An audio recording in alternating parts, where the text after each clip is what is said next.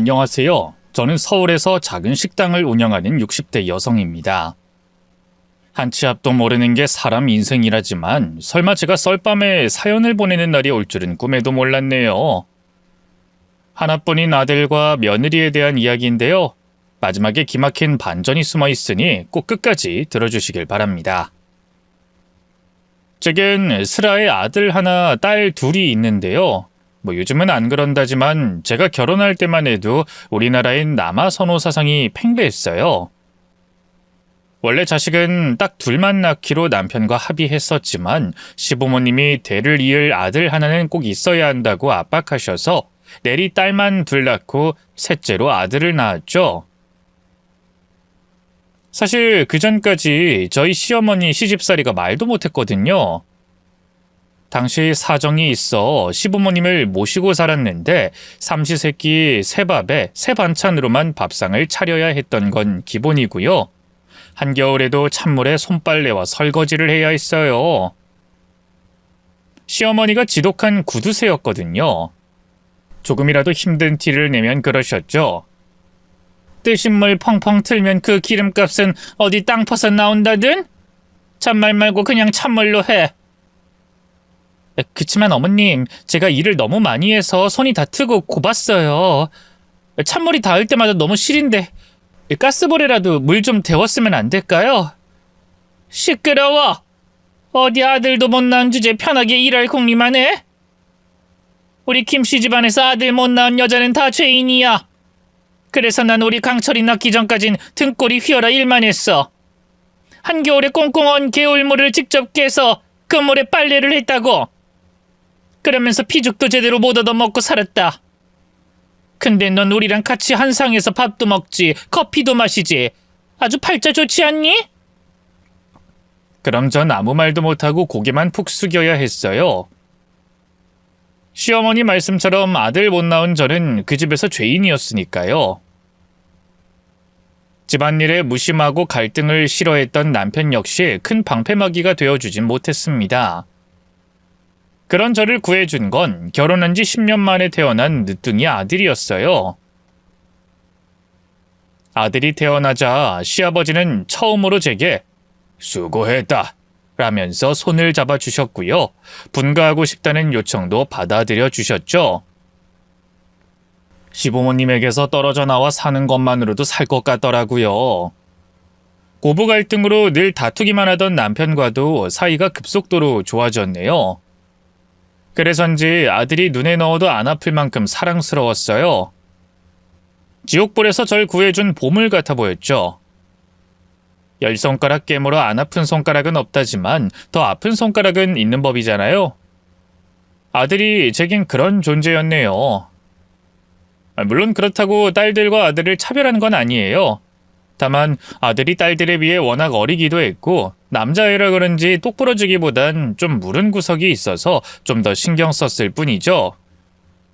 그러다 아들이 고등학교 올라갈 무렵 남편이 교통사고로 갑작스럽게 세상을 떠났어요.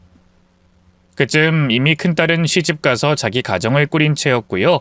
둘째 딸 역시 자기의 꿈을 이루기 위해 미국에서 공부 중이었죠. 제 곁엔 오로지 아들뿐이었어요. 그때부터였을 거예요. 늘 제가 지켜줘야 한다고 생각했던 아들이 저를 지켜주는 존재로 느껴지기 시작한 건. 늘 친구들과 어울려 다니면서 철없이 놀기만 하던 녀석이 갑자기 공부를 열심히 하기 시작했고요. 집에서도 서툰 솜씨로 청소를 한다거나 밥을 짓기 시작했어요. 또 학교에서 돌아오면 항상 저부터 찾았죠. 아마 남편처럼 어느 날 갑자기 제가 홀연히 사라져버릴까봐 두려워했던 것 같아요. 엄마, 아빠가 없다고 너무 슬퍼하지 마. 내가 항상 엄마 곁에 있을 테니까 걱정하지 마. 늘 무뚝뚝한 막둥이였던 아들이 그렇게 절 위로했던 날은 얼마나 가슴이 먹먹하던지 눈물이 왈칵 쏟아질 뻔했어요. 아들이 제 곁에 있다는 게 정말 든든했고 남편의 빈자리도 조금씩 메워지는 기분이었죠. 그렇게 말해줘서 고마워, 아들. 엄마도 항상 우리 아들 곁에 있을게. 계속 이렇게 착하게 자라줘. 응, 엄마. 나만 믿어. 웃으며 가슴을 두드리는 아들을 보며 얼마나 마음이 든든했는지 몰라요. 하지만 자식이 언제까지나 내 품 안에 있을 수만은 없는 법이잖아요. 대학을 졸업하고 사회인이 된 아들은 얼마 안가 결혼을 했어요. 같은 회사 다니던 아가씨였는데 솔직히 썩 마음에 드는 상대는 아니었어요. 아들보다 나이도 4살이나 많았고 무엇보다 부모 없는 고아였거든요. 물론 그런 외적인 조건으로만 사람을 평가하면 안 되지만 자식과 관련된 일이다 보니 아무래도 이런저런 걱정이 되더군요. 그래서 두 번째로 만난 자리에서 모든 걸 솔직하게 털어놨죠. 아가씨, 너무 기분 나빠하지 말고 들어요. 이 철중이 남편 먼저 떠나보내고 애지중지 키운 내 하나밖에 없는 아들이라 누구보다 좋은 여자 만나 행복했으면 하는 게 내 마음이에요. 근데 아가씨는 어릴 때 조실부모하고 보육원에서 자랐다고 들었어요. 물론 보육원에서 자랐다고 해서 색안경을 끼고 보려는 건 아니지만 그래도 좋은 가정을 꾸릴 수 있을지 아들이랑 잘 지낼 수 있을지 저어되는 마음이 있는 건 사실이에요. 엄마 갑자기 왜 그런 말을 하고 그래? 당황한 아들이 자기 여자친구의 눈치를 보면서 어쩔 줄 몰라 했어요. 반면 아들의 여자친구는 잠시 침묵하더니 이내 결연한 표정을 지으며 대답했어요. 어머님, 저도 그런 걱정을 해본 적이 있어요. 부모 사랑 한 번 받아본 적 없는 내가 좋은 부모가 될 수 있을까? 좋은 아내가 될 수 있을까 하고 말이죠. 하지만 그만큼 행복한 가정에 대한 꿈이 간절했어요. 지금도 마찬가지고요. 제가 자란 환경이 쉽지 않았던 만큼 더 많이 노력할 거예요. 저는 철종 씨를 진심으로 사랑하고 있고 그 사랑으로 제 과거를 극복할 수 있다고 믿거든요. 그러니 어머님도 한 번만 절 믿어주셨으면 좋겠어요. 절대 실망시켜드리는 일 없을 거예요. 차분하게 자신의 의견을 전하는 아들의 여자친구를 보면서 마음이 움직였어요. 철중이 너도 그러니? 이 아가씨랑 결혼해서 잘 살 자신 있어? 제 물음에 아들 또한 진지한 표정으로 고개를 끄덕였어요. 그럼 엄마, 당연하지.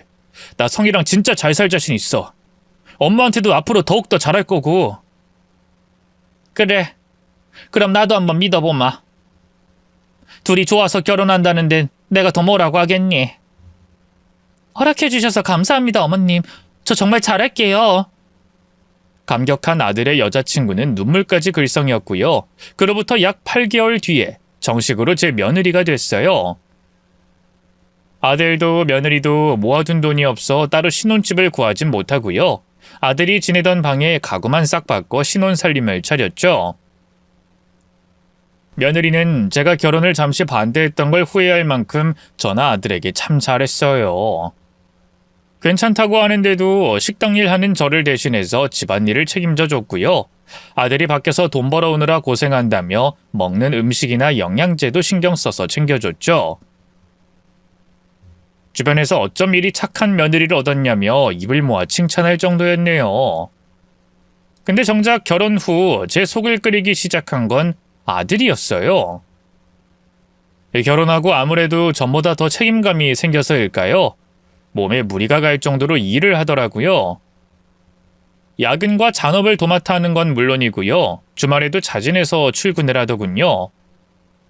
그런 아들이 너무 걱정됐어요. 철중아, 일도 좋지만 좀 쉬엄쉬엄 해야지. 그러다 몸 상하면 어쩌려고 그래. 걱정 마. 컨디션 조절하면서 쉬엄쉬엄 하고 있으니까. 아들은 그렇게 말하면서도 피곤한 기색을 감추지 못했어요. 쉬엄쉬엄 하고 있긴. 요즘 집에 9시 넘어오는 건 기본인데.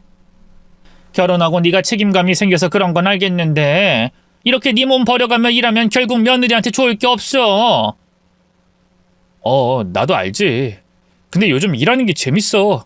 회사에서도 점점 날 인정해주는 분위기고 곧 승진도 할 수 있을 것 같아서 지금은 열심히 해야 할 때인 것 같아. 그 뒤로도 아들은 여전히 일에만 매진했어요. 심지어 언젠가부턴 귀가 시간이 너무 늦어져서요. 도대체 뭘 하고 다니는 건가 했는데 퇴근 후 대리운전 알바까지 따로 뛰고 있더군요. 이건 아니다 싶어서 한 번 더 일 좀 줄이라 얘기하니 아들은 오히려 화를 내더라고요. 엄마, 내 인생이지 엄마 인생이 아니잖아. 내가 뭐 남들처럼 술이니 도박이니 이런 걸 하고 다니는 것도 아니고 잘 먹고 잘 살고 싶어서 죽어라 일하고 있는데 왜 그걸 뭐라고 해? 내가 한두 살 먹은 애도 아니고 내 인생 내가 책임질 테니까 엄만 신경 쓰지 마. 아니 철중아, 엄마는 다 너 생각해서 그런 건데 어떻게 그런 식으로 말할 수가 있어? 엄마가 그동안 널 어떻게 키웠는데. 그렇게 나 나쁜 사람으로 몰아가지 마. 아버지 돌아가시고 나서 나 그 빈자리 메꾸려고 최선을 다했어. 늘 좋은 아들로 살려고 노력했다고. 근데 왜 가만두지 못해서 야단이야? 아이 철중아, 엄마는 그냥 네가 걱정돼서. 됐으니까 나한테 신경 꺼. 그날 이후 아들과 제 관계는 급속도로 냉각됐어요. 며느리는 그 가운데서 두 발을 동동거리며 어쩔 줄 몰라 했죠. 어머님이 이해하세요.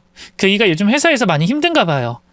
상사한테 밉보였는지 업무 분장에서도 불이익 받고요. 뭐 이래저래 스트레스를 많이 받는 모양이에요. 아이 그래도 그렇지 그 애가 어쩜 나한테 이럴 수가 있는지. 너도 알겠지만 우리 철중이가 이런 애가 아니었거든. 얼마나 착하고 효자였는데. 그럼요, 알죠. 예, 혹시 철중이가 너한테도 막 말하고 히스테리 부리는 건 아니니? 혹시나 해서 던진 말이었는데 며느리의 표정이 바로 어두워졌어요. 어머님한테도 그러는데 저한테는 오죽하겠어요. 그래도 어떡해요. 제가 참아야죠. 본인도 그러고 싶어서 그러는 게 아니라 일이 힘들어서 그런 건데. 예, 그렇다고 그걸 그냥 이해하고 넘어가주면 안 돼. 그게 다 가슴에 한으로 남아서 결국엔 부부관계에 방해가 되더라. 그냥 서운하고 속상할 때마다 바로바로 얘기해서 풀어. 알겠지? 그래도 철중이가 너한테 함부로 하면 나한테 얘기하고. 저희 남편이 그렇게 좋은 남편이 아니었거든요. 시어머니와 한창 고부 갈등을 겪을 때도 나 몰라라 하며 무심하게 굴었었죠. 옛날 일이 생각나서 저 혼자 울컥하더라고요. 며느리한테만큼은 그런 고통을 물려주고 싶지 않아 참고 살지 말라고 몇 번이나 신신당부했네요. 며느리는 네네 하며 고개를 끄덕이긴 했지만 글쎄요. 그냥 아들에게 다 맞춰주기만 하는 것 같아서 걱정이 되더라고요. 그러던 어느 날이었어요. 평소처럼 식당에서 퇴근해 집에 돌아왔는데 웬일로 현관에 아들 신발이 있더군요. 요 근래 아들이 저보다 일찍 집에 온 건 정말 오랜만이었죠. 반가운 마음으로 집 안으로 들어갔는데요. 아들 내외가 쓰는 방이 시끌시끌하더군요. 왠지 모르게 다투는 것 같아 황급히 방문을 연 순간 제 눈앞에 너무나 충격적인 광경이 펼쳐졌어요. 글쎄, 아들이 며느리의 뺨을 있는 힘껏 때린 게 아니겠어요. 가뜩이나 마른 편이었던 며느리는 그대로 바닥으로 나가 떨어졌고요. 놀란 저는 황급히 다가가 며느리를 일으켰죠. 얘 괜찮니? 많이 다쳤어? 어머님, 전 괜찮아요. 다행히 뺨이 좀 부은 것 말고는 괜찮은 것 같더라고요. 아들은 제가 올 줄 몰랐는지 퍽 놀란 눈치였는데요. 그 모습이 너무나 낯설게 느껴지더군요. 철중아, 너 이게 대체 무슨 짓이야? 며느리가 뭘 잘못했다고 이렇게 뺨을 때려? 엄마가 뭘 한다고 그래? 엄만 됐으니까 빠져! 아니, 이놈이 그래도 아직 정신을 못 차리고. 제 꾸짖음에도 씩씩거리기만 하던 아들은 그대로 집 밖을 나가버렸어요. 등 뒤에서 아무리 불러도 들은 채도 하지 않더군요. 그러자 등 뒤에서 며느리가 울음을 터뜨렸어요. 아니 얘, 이게 대체 무슨 일이니? 철중이가 대체 왜 저렇게 화가 난 거야? 모르겠어요, 어머님. 전 그냥 그이한테 일 좀 적당히 하려고 걱정돼서 얘기했는데 막 화내면서 자기가 알아서 할 테니 신경 끄라고 하는 거예요. 그래서 말을 왜 그렇게 하냐고 했더니 갑자기. 아니, 이 녀석이 진짜. 더는 안 되겠다. 돌아오면 내가 한마디 해야겠어. 그냥 두세요, 어머님. 저희 둘 사이의 문제인데 저희 둘이 알아서 해결해야죠. 아무리 그래도 자기 부인한테 손을 대는 건 선 넘은 거지. 돌아가신 너희 시아버지도 날 손 찍어 만 적은 한 번도 없었는데. 정말 미안하다. 괜찮아요. 어머님이 사과하실 일은 아니잖아요. 그이도 너무 흥분해서 순간적으로 그런 거지 진짜로 맘먹고 손을 올린 건 아닐 거예요.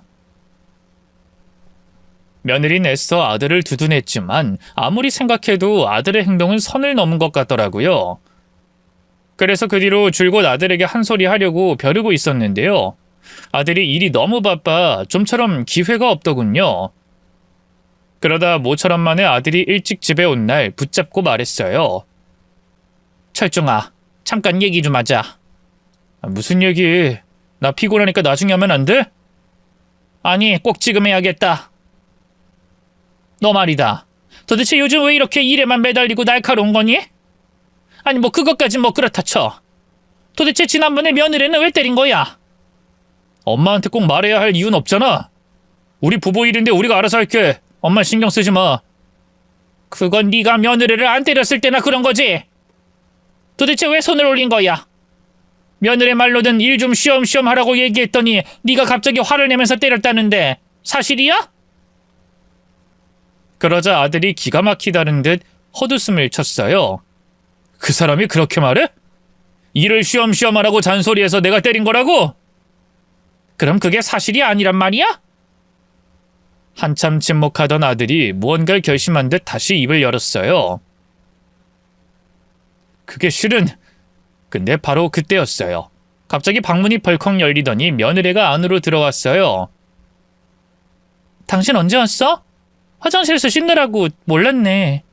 잠깐 이리 좀 와볼래? 나 할 말 있는데. 나중에 해. 지금 엄마랑 얘기 중이니까. 나도 그러고 싶은데 좀 급한 일이라. 잠시 머뭇거리며 제 눈치를 보던 며느리가 이내 다시 입을 열었어요. 아니다. 차라리 어머님 있을 때 같이 얘기하는 게 낫겠다. 어머님, 놀라지 말고 잘 들으세요. 실은 저 임신했어요. 며느리의 갑작스러운 고백에 놀란 아들의 표정이 순간적으로 멍해졌어요. 그런 아들을 대신해 제가 물었죠. 그게 정말이야? 애가 들어섰다고? 네, 병원 가서 오늘 검사 받았어요. 이제 6주 됐대요. 세상에, 정말 잘됐다, 잘됐어. 결혼한 지 2년이 넘도록 소식이 없어서 조금씩 애가 타던 찰나였거든요. 그런데 이렇게 떡하니 임신이 됐다고 하니 너무 기뻤죠. 아들 역시 처음엔 얼떨떨해하다가 이내 나지막한 목소리로 입을 열었어요. 잘 됐네. 앞으로는 몸 조심해 여보. 뭐 먹고 싶은 거 있으면 말하고. 그 목소리가 너무나 부드러워서 직감적으로 알 수 있었어요. 아들이 며느리에게 어느 정도 마음이 풀렸다는 걸 말이죠. 며느리도 그걸 느꼈는지 부드러운 미소를 지어 보이더군요. 며느리의 임신 소식에 놀라 결국 그날의 대화는 흐지부지 됐는데요. 나중에 기억이 나 다시 아들에게 물어봤어요. 그때 무슨 말을 하려고 했던 거냐고요. 하지만 아들은 그저 고개를 가로젓더군요. 뭐 더 할 말할 것도 없어. 그 사람이 일 좀 적당히 하라고 계속 잔소리에 대해서 내가 화를 못 참고 손이 나간 거야. 100번 잘못했지 뭐. 앞으로는 절대 그런 일 없을 테니까 걱정하지 마, 엄마. 실제로 그 뒤로 아들과 며느리의 사이는 급속도로 좋아졌어요. 아들은 며느리가 먹고 싶어하는 음식이 생기면 아무리 늦은 시간이라도 다 사다 줬고요. 거의 며느리의 손과 발이 되어 지극정성으로 보살폈죠. 그 덕분일까요? 이듬해 가을, 저는 아들과 며느리를 반씩 닮은 떡두꺼비 같은 손자를 만날 수 있었습니다. 물론 자식만큼은 아니지만 눈에 넣어도 아프지 않을 만큼 사랑스러웠죠. 집에 어린아이가 있다는 것만으로도 활력이 돋더군요. 일에만 매진하던 아들도 손주를 보기 위해 일찍 집에 들어오는 날이 많아졌고요. 그렇게 행복한 시간을 보내던 어느 날이었어요. 평소처럼 식당 일을 마치고 집에 돌아왔는데 아들이 심각한 표정으로 제 방에 들어오더군요. 엄마, 나 할 말이 있어. 이제 영재도 있고 슬슬 독립하면 어떨까 싶은데. 뭐? 아니 독립이라니. 뭐 집을 따로 구해서 나가 살겠다는 거야?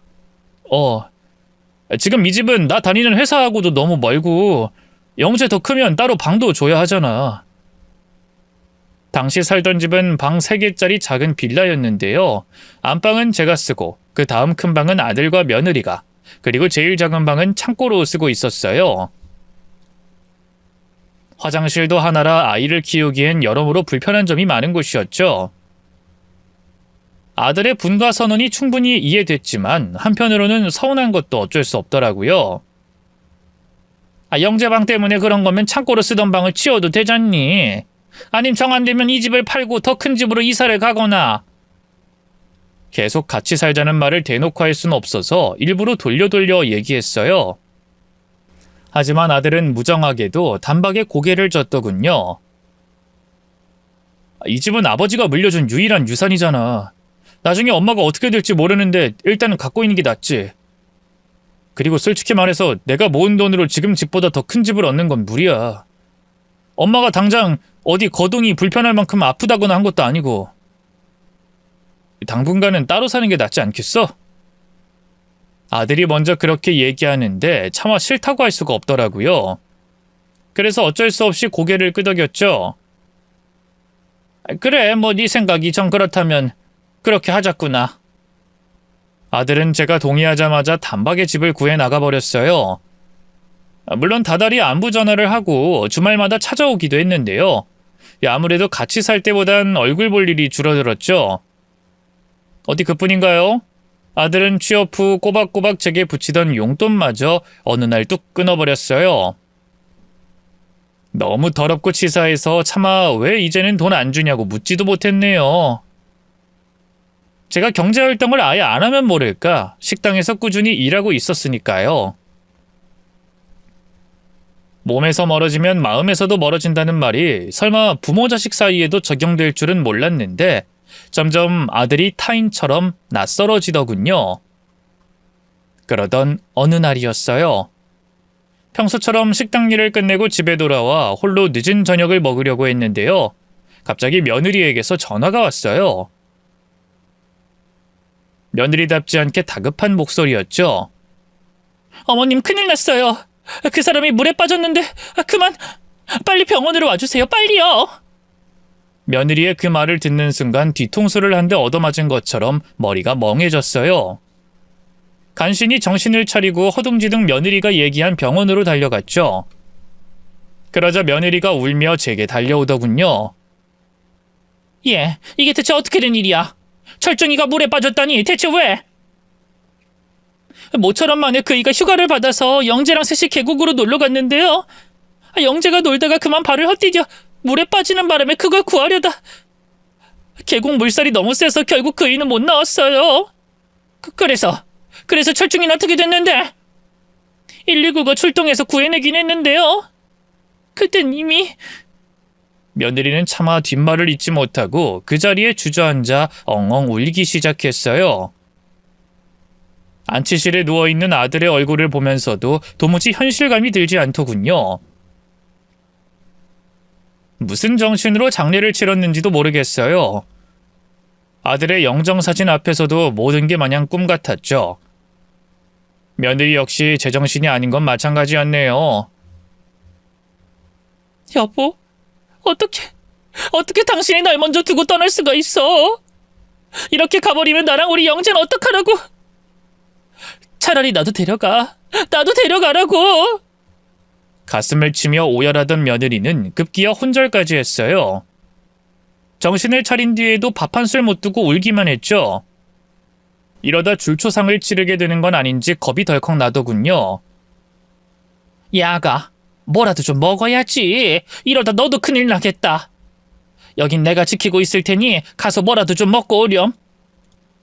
아니 어머님, 남편 잃은 년이 어떻게 음식을 목구멍으로 넘기겠어요? 전 그냥 이대로 그 사람 곁으로 가고 싶어요. 저 말리지 마세요. 그렇게 약한 소리라면 어떡하니? 그럼 영재는 어떡하고? 이런 때일수록 네가 더 정신을 차려야지. 응? 나도 네 마음 모르는 건 아니야. 나도 남편 먼저 떠나보내고 한동안 제정신이 아니었지. 살아도 산 게 아니었어. 근데 이젠 철중이까지. 그치만 이런 때일수록 영재 생각하면서 더 마음을 단단히 먹어야 한다. 저는 안쓰러운 마음에 며느리의 손을 꼭 잡고 재차 애원했어요. 이러다 너까지 쓰러지면 난 그 꼴 못 본다. 하늘에 있는 철중이 마음은 또 어떻겠어? 그러니 제발 뭐라도 좀 먹고 눈도 좀 붙이렴. 내가 이렇게 부탁하마. 알겠어요, 어머님. 걱정 끼쳐드려서 죄송해요. 그럼 저 나가서 뭐라도 좀 먹고 올게요. 그래, 여긴 걱정 말고 다녀오렴. 간신히 며느리를 빈소 밖으로 내보낸 뒤 저 홀로 문상객을 맞이했어요. 자리를 지키고 있던 사람들도 하나둘 떠나고 어느새 장례식장 안이 한적해졌는데요. 갑자기 낯선 여자 한 명이 들어와 조문을 하더군요. 저 실례지만 우리 철중이와는 어떤... 아, 저는 성희 친구예요. 보육원에서 같이 자란. 성희 결혼하고 철중 씨와도 몇 번 본 적 있고요. 참 좋은 분이었는데 얼마나 마음이 아프실지 감히 헤아릴 수가 없어요. 힘내시고 부디 마음 잘 추스리길 바랍니다. 마음 써줘서 고마워요. 성희는 지금 잠깐 자리를 비웠는데 계속 울기만 하는 게 안타까워서 밥이라도 한술 뜨고 오라고 했거든요. 아, 그래요? 그럼 기다릴게요. 며느리의 친구라던 젊은 여자는 테이블 한 구석에 자리를 잡고 앉았어요. 여기까지 와준 게 너무 고마워서 부랴부랴 육개장과 편육 같은 음식을 챙겨 놔줬는데요. 아들의 죽음으로 받은 충격이 아직 다 가시지 않은 걸까요? 그만 실수로 그 아가씨 옷에 육개장을 쏟고 말았네요. 아이고 미안해요. 이를 어쩌면 좋아. 잠시만요. 금방 닦을 거 갖고 올게요. 허둥지둥 행주를 찾아 그 아가씨 옷에 튄 육개장 국물을 닦아냈어요. 다행히 음식이 어느 정도 식은 상태라 화상을 입진 않았지만 그래도 검은 재킷 속 흰 셔츠가 더럽혀지고 말았죠. 괜찮아요. 별로 많이 튀지도 않았는데 신경 쓰지 마세요. 그래도 데이진 않았어요? 미안해요. 정말 미안해요. 내가 지금 제정신이 아니라. 이해해요. 전 정말 괜찮으니까 신경 쓰지 마세요. 마음 착한 아가씨는 몇 번을 괜찮다면서 저를 안심시켰어요. 그럴수록 저는 더욱더 미안하더군요. 세탁비를 주려고 했지만 절대 안 받겠다고 해서 대기실로 들어가 여벌의 옷을 가지고 나왔어요. 이거 내가 입으려고 챙겨온 옷인데 이거라도 입고 있어요.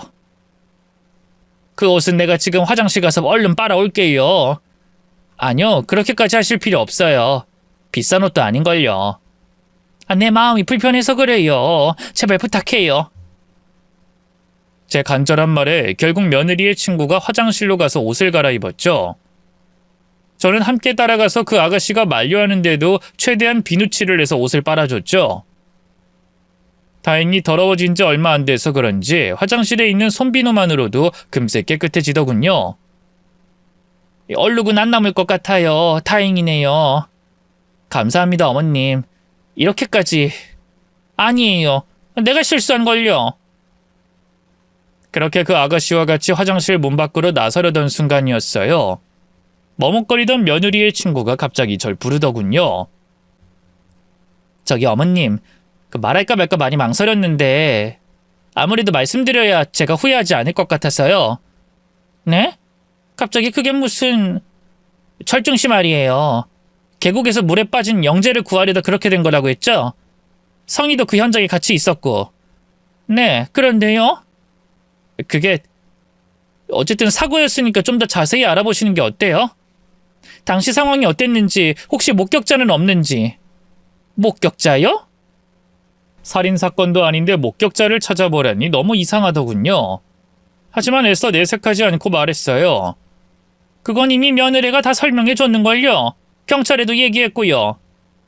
그치만 성희 말만으로는...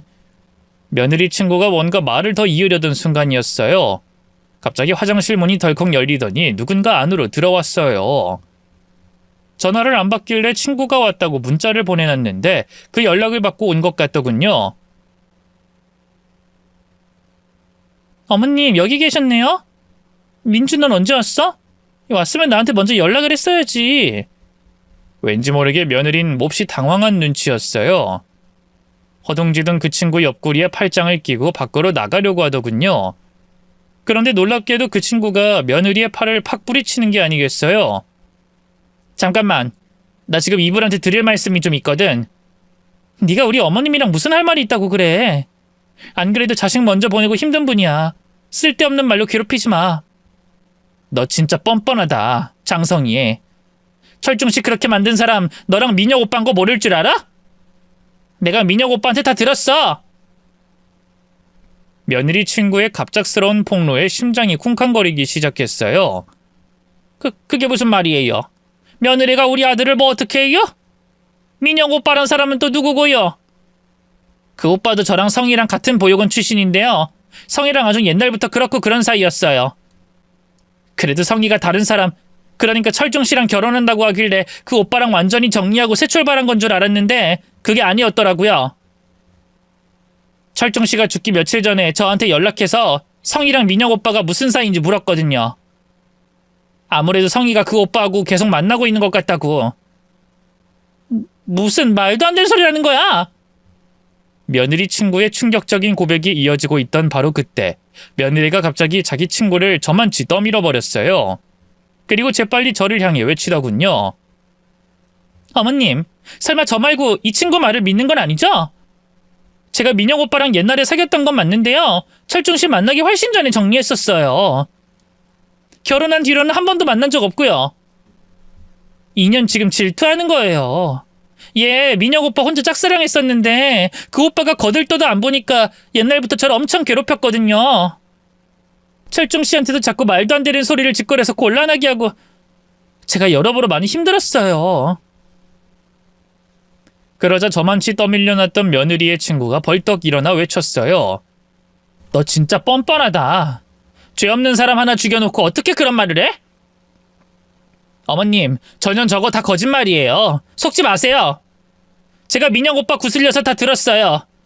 둘이 다시 눈 맞아가지고는 철중씨 보험금 노리고 일부러 죽인 거라고요. 야, 너야말로 거짓말하지 마, 이년아. 증거 있어? 내가 우리 남편을 내 손으로 왜 죽여? 너 미쳤니? 흥분한 며느리는 다시 그 친구에게 달려들어 멱살을 잡았어요. 그것도 모자라 뺨을 때리고 머리채를 잡고 아주 난리도 아니었죠. 그 친구도 그냥 당하고 있지만은 않더군요. 도대체 상황이 어떻게 흘러가는 건지, 누구 말을 믿어야 하는 건지 갈피를 잡을 수 없었네요. 그 순간 며느리가 늘 손에 달고 다니던 핸드폰이 생각났어요. 정말 며느리 친구의 폭로가 사실이라면 핸드폰에 모든 증거가 남아있을 거라고 생각했죠. 그래서 며느리가 그 친구와 몸싸움하는 틈에 뒤에서 몰래 다가가 얼른 주머니 속 핸드폰을 빼냈네요. 어머님 지금 뭐 하시는 거예요? 그 핸드폰 이리 주세요. 당황한 며느리가 방향을 바꿔 제게 달려들려고 했어요. 놀란 저는 그대로 변기 칸으로 달려가 문을 걸어 잠갔죠. 어머님 이 문 여세요. 어머님 저 못 믿으시는 거예요? 저 장성이에요. 하나뿐인 어머님 며느리이자 영재 엄마라고요. 네가 떳떳하다면 나한테 핸드폰 하나 못 보여줄 이유가 없지 않겠니? 네 친구한테 그런 말을 들었는데 어떻게 의심을 안 하겠어? 만약 사실이 아니라면 내 너한테 무릎 꿇고 100번이라도 사죄하마. 하지만 사과할 일은 벌어지지 않았어요. 며느리의 핸드폰에 있는 문자 내역을 보자마자 모든 진실이 만천하에 드러났거든요. 민혁 오빠라고 저장된 사람과 거의 매일같이 문자를 주고받았는데요. 그 안엔 은밀한 사랑의 미러부터 끔찍한 범죄 계획을 나눈 정황까지 모든 게 다 들어있었죠. 과연 며느리는 의도적으로 저희 아들을 계곡으로 데려간 거였고 손주를 일부러 물에 빠뜨려 아들이 목숨을 잃도록 유인한 거였어요. 어디 그뿐인가요? 일부러 119에도 늦게 신고했더군요. 모든 진실을 알고 나니 손이 덜덜 떨렸지만 머릿속은 놀랄 만큼 차분해졌어요. 저는 바로 그 모든 문자 내역을 제 핸드폰 사진으로 찍어 증거를 남겼고요. 바로 112를 불러 경찰에 신고했죠. 그런데 바로 그때였어요. 갑자기 문 밖에서 며느리의 친구가 장상희, 너 지금 어딜 도망가? 당장 거기 안 서? 하고 소리치더군요. 아무래도 이미 감추기엔 들켰다고 생각한 며느리가 도주를 결심한 것 같더라고요. 당황한 저는 그대로 화장실 문을 열고 밖으로 나왔는데요. 과연 저만치에서 상복을 입은 채 도망가는 며느리가 보이더군요. 저는 다급하게 그 뒤를 쫓기 시작했어요. 예순이 다 되어가는 제가 며느리를 잡는다는 건 불가능한 일처럼 보였는데요. 아들을 잃은 어미에겐 초인적인 힘이 발휘되는 모양이죠. 저는 번개처럼 달려가 덥석 며느리의 어깨를 붙잡을 수 있었네요. 그리고 놀란 며느리가 제 쪽으로 고개를 돌리자마자 바로 뺨을 연달아 때렸죠. 물론 그걸로도 성이 안 차 머리채를 잡고 흔들고요. 온 힘을 다해 복부를 걷어차며 있는 힘껏 분풀이를 했어요. 너 이년, 네가 어떻게 이럴 수가 있어? 어떻게 우리 아들한테 바람을 필 정도로 우리 아들이 싫었으면 그냥 이혼하면 되지. 우리 아들이 무슨 죄가 있다고 죽이게? 그깟 보험금이 대체 뭐라고? 아, 그렇게 누가 날 속이래? 애초에 날 먼저 속인 건 당신 아들이야. 돈이 졸라 많은 척해서 못 이기는 척하고 결혼해줬더니만 쥐뿔도 없었다고. 그런 주제 나한테 빚이 있는 걸 알고는 왜 숨겼냐고 얼마나 난리를 치는지. 생활비 아껴라, 화장품이나 옷 같은 거 사지 마라, 얼마나 구두쇠처럼 날 숨막히게 했는 줄 알아? 내가 오죽하면 전 남친이랑 다시 재회했겠냐고. 그런 주제 그쪽한텐 생활비랍시고 다달이 돈을 얼마나 갖다 바치던지 아주 효자납셨어. 어? 뭐? 인연이 그걸 말이라고 해? 우리 아들이 왜 그렇게 허구한 날 일만 하나 했더니만 다 니년이 숨겼던 빚 때문이었구나. 너 인연 어디 오늘 너 죽고 나 죽어보자. 살아생전에 아들이 그렇게 뼈 빠지게 일했던 건 며느리가 숨기고 온 빚 때문이었어요. 나중에 알게 된 사실이지만 사채빚이라 달에 붙은 이자만 몇백만 원이었고요. 아들이 그 이자를 조금만 늦게 갚아도 업자들이 회사까지 찾아와 난리를 쳤다고 하더군요. 아들은 그 빚을 어떻게든 갚으려고 그렇게 하루도 쉬지 않고 일만 한 거였어요. 제가 걱정할까봐 차마 말도 못하고 말이죠. 또 갑자기 분가를 얘기했던 것도 그 사채업자들 때문이었어요. 업자놈들이 집까지 찾아오겠다고 겁박을 해대니 저까지 해코지를 당할까봐 겁이 났던 거죠. 아들은 절 지키기 위해서 저를 밀어냈던 거예요. 그런 것도 모르고 죄 없는 아들만 달달 볶았다니 정말 미칠 것 같더라고요. 아들이 갑자기 용돈을 끊겠다고 했을 땐 집을 나간다고 했을 때 왜 붙잡고 자세히 물어보지 않았는지. 늘 착한 아들로만 살게 강요한 것 같아 억장이 무너졌죠. 분한 마음에 얼마나 며느리를 때렸을까요? 도저히 저한텐 상대가 안 된다는 걸 알았는지 갑자기 며느리가 무릎을 꿇고 싹싹 빌기 시작하더군요. 어머님, 제가 잘못했어요. 정말로 그 사람을 해치고 싶어서 그런 게 아니었어요. 민혁 오빠가 그 인간이 자기 도박빚 갚아야 한다고 자꾸만 절 꼬셔서 순간적으로 눈이 돌아서 그 사람 보험금이 탐났어요. 죄송해요, 어머님. 한 번만 용서해 주세요. 네? 뭐? 용서? 내 아들은 이미 죽고 없는데 널 어떻게 용서해? 정 그렇게 용서받고 싶으면 내 아들 살려내. 살려내라고 이년아! 어머님, 이미 죽은 사람을 어떻게 살려내요? 저도 후회하고 있어요. 왜 그런 짓을 했을까 미칠 것 같다고요. 후회하면 다야? 후회하면 다냐고! 내 아들은 이미 죽었는데 난 너 절대 용서 못한다. 반드시 지옥불에 떨어뜨려 줄 거야. 악에 받쳐 울부짖는 사이 경찰이 도착했어요. 제정신이 아닌 저를 대신해서 며느리 친구가 자초지종을 설명했고요. 며느리는 그대로 경찰차를 타고 서로 이송됐죠. 어지간히도 제가 무서웠는지 며느린 자진해서 경찰들에게 자기를 잡아가 달라고 손을 내밀더군요. 경찰 아저씨, 제가 다 잘못했어요. 그러니 제발 저 좀 잡아가세요. 저 미친 여자한테서 저 좀 시켜달라고요. 저 살겠다고 그러는 꼴이 얼마나 화가 나던지. 맘 같아선 정말 저희 아들 뒤를 따르게 하고픈 심정이었네요. 하지만 법의 테두리 안에 살아가는 인간으로서 차마 그럴 순 없었어요. 간신히 진정하고 나니 경찰이 참고인 자격으로 같이 가달라고 하더군요. 경찰과 제법 긴 얘기를 나누고 자리에서 일어설 쯤 며느리의 상간남도 잡혀 들어왔더라고요. 노랗게 염색한 머리와 온몸에 뒤덮인 문신이 딱 봐도 양아치인 것 같더군요. 이런 놈 때문에 죄 없는 우리 아들이 죽었다고 생각하자 피가 거꾸로 솟는 기분이었어요. 그래서 경찰이 만류하는데도 불구하고 그놈한테 달려들었네요. 너구나 이 개자식아! 네가 며느리랑 붙어먹고 죄 없는 우리 아들까지 죽였어! 아, 이 아줌마가 무슨 큰일 날 소리를. 아줌마 아들 죽인 건 장성이 그년이에요. 난 그냥 빚 때문에 힘들다고 얘기한 건데 그년이 먼저 나서서 그런 짓을 저지른 거라고요. 난 아무 상관없어요. 거짓말하지 마. 내가 이미 네 놈이랑 며느리가 나눈 문자를 다 봤으니까! 계곡까지 데리고 가서 손주놈을 이용하라는 등 구체적인 범죄 계획을 네가 다 짰잖아! 아이, 그건 그냥 재미삼아 이야기해본 거지. 진짜로 그럴 줄 누가 알았겠어요? 기가 막히게도 상간남은 반성의 기색조차 보이지 않았어요. 그 순간 저는 더 이상 참을 수 없었어요. 경찰이 절 막아서기 전에 상간남에게 달려들어 그의 멱살을 붙잡고 흔들었습니다. 재미삼아? 우리 아들을 죽인 걸 그딴 식으로 말해? 너 같은 인간이 감히! 제 목소린 덜덜 떨렸고 손은 맹렬한 분노로 굳어졌어요. 며느리의 상간남이 그런 저를 뿌리치려 했지만 전 악에 바친 힘으로 상간남의 얼굴을 향해 주먹을 날렸습니다.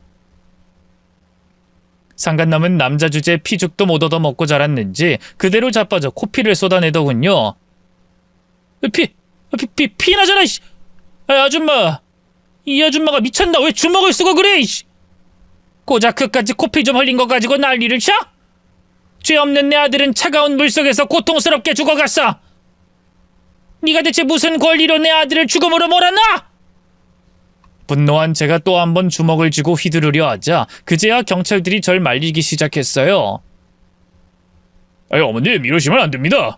심정은 이해하지만 진정하세요. 네? 이건 나요. 놓으라고!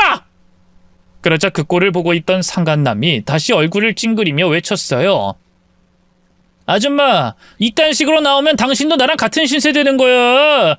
내가 폭행죄로 당신 고소할 거라고. 고소? 그래, 어디 한번 해봐. 과연 법이 누구 편에 설지 한번 지켜보자고. 내가 이대로 가만히 당하고만 있을 것 같아? 너 절대 용서 안 할 거야. 넌 절대로 감옥에서도 평안하지 못할 거라고. 경찰서를 나온 저는 바로 변호사부터 찾았어요. 변호사는 죄질이 죄질인 만큼 며느리도 상간남도 엄벌에 처할 수 있을 거라고 자신하더군요. 솔직히 제가 돈이 많은 것도 아니고 원래 변호사 선생님이 받아야 할 보수에 반도 못 드렸는데 제 아픔에 10분 공감해주면서 헐값에 절 도와주셨네요. 따뜻한 도움의 손길은 거기서 끝이 아니었어요. 장례식장에서 모든 진실을 알려준 그 며느리 친구 있죠? 그 친구가 알고 보니 방송국에서 일하는 작가였더라고요. 제 사연을 방송에 보도해 여론을 모아줬고요. 그 여론으로 재판에서 한층 더 유리해질 수 있었죠. 그렇게 지리한 법적 다툼 끝에 며느리와 상간남은 꽤나 높은 형량을 선고받았고요. 지금 제가 이 글을 쓰고 있는 순간까지도 교도소에서 썩고 있답니다. 아, 그리고 경찰 조사 단계에서 밝혀진 또 하나의 충격적인 진실이 있었는데요. 그건 바로 손주가 저희 아들의 친자가 아니라는 거였어요. 혹시 짐작하신 분이 계실지도 모르겠지만 며느리와 그 상간남 사이에서 외도로 태어난 아이더군요. 그 사실은 아들의 죽음만큼이나 제게 고통으로 다가왔어요. 아들의 억울한 죽음도 견디기 힘든데 이제는 손주마저도 그 짐승만도 못한 연놈들의 자식이라니. 믿고 사랑했던 며느리에게 완전히 배신당한 기분이었습니다. 그동안 아들이 힘들어하면서도 가족을 위해 모든 걸 바쳤던 이유가 결국 며느리의 거짓된 사랑과 그 상간남의 음모였다는 걸 깨닫는 순간 분노와 슬픔이 뒤섞여 더 이상 눈물조차 나오지 않았어요. 무엇보다 아이는 아무런 죄가 없다는 걸 알기에 복잡한 감정이 밀려왔습니다. 어떻게 해야 할지, 그 아이를 계속 가족으로 받아들일 수 있을지 도무지 감이 오지 않았죠. 머릿속이 복잡하고 마음이 무거워 한동안 그 자리를 떠나지 못하고 있던 저에게 변호사가 먼저 조심스럽게 물었네요. 아이의 양육권에 대해서는 어떻게 하실 생각이신가요? 그 질문에 제대로 대답할 수 없었습니다. 저도 어찌할 바를 몰랐거든요. 그동안 키운 정이 있어서 제가 책임질까 고민도 했는데 얼굴을 볼 때마다 맏며느리가 생각나서 도무지 견딜 수가 없더군요. 죽은 아들이 얼마나 한스러울까 싶기도 하고요. 저도 사람인데 그 어린 것한테 혹시라도 화풀이를 하게 되지 않을까. 그래서 더 큰 상처를 주게 되지 않을까 많이 무서웠어요. 맏며느리가 변변한 친정도 없는 고아라서 아이는 결국 보육원으로 가게 됐습니다. 그래도 변호사 말로는 맏며느리가 죗값을 다 치르고 나오면 다시 같이 살 수 있을 거라고 하더군요.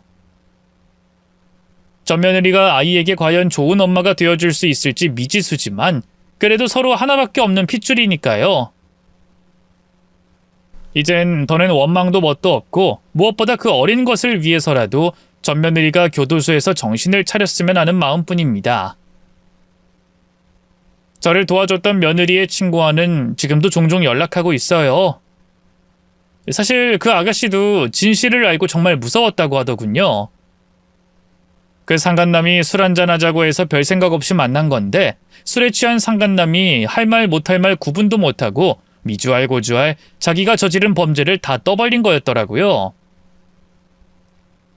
솔직히 장례식만 가서도 그냥 애도만 하고 나올 생각이었어요.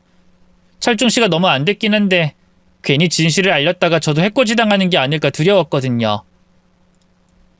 성이랑 민영 오빠랑 말이 친구고 같은 보육원 동기지 실은 저 그 두 사람한텐 만만한 쫄따구나 다름없었어요. 보육원에선 허구한 날 제 간식이며 옷 같은 거 뺏고 졸업하고 사회 나와서도 툭하면 돈을 뜯었죠. 그래도 무서워서 반항다운 반항 한번 한 적이 없어요.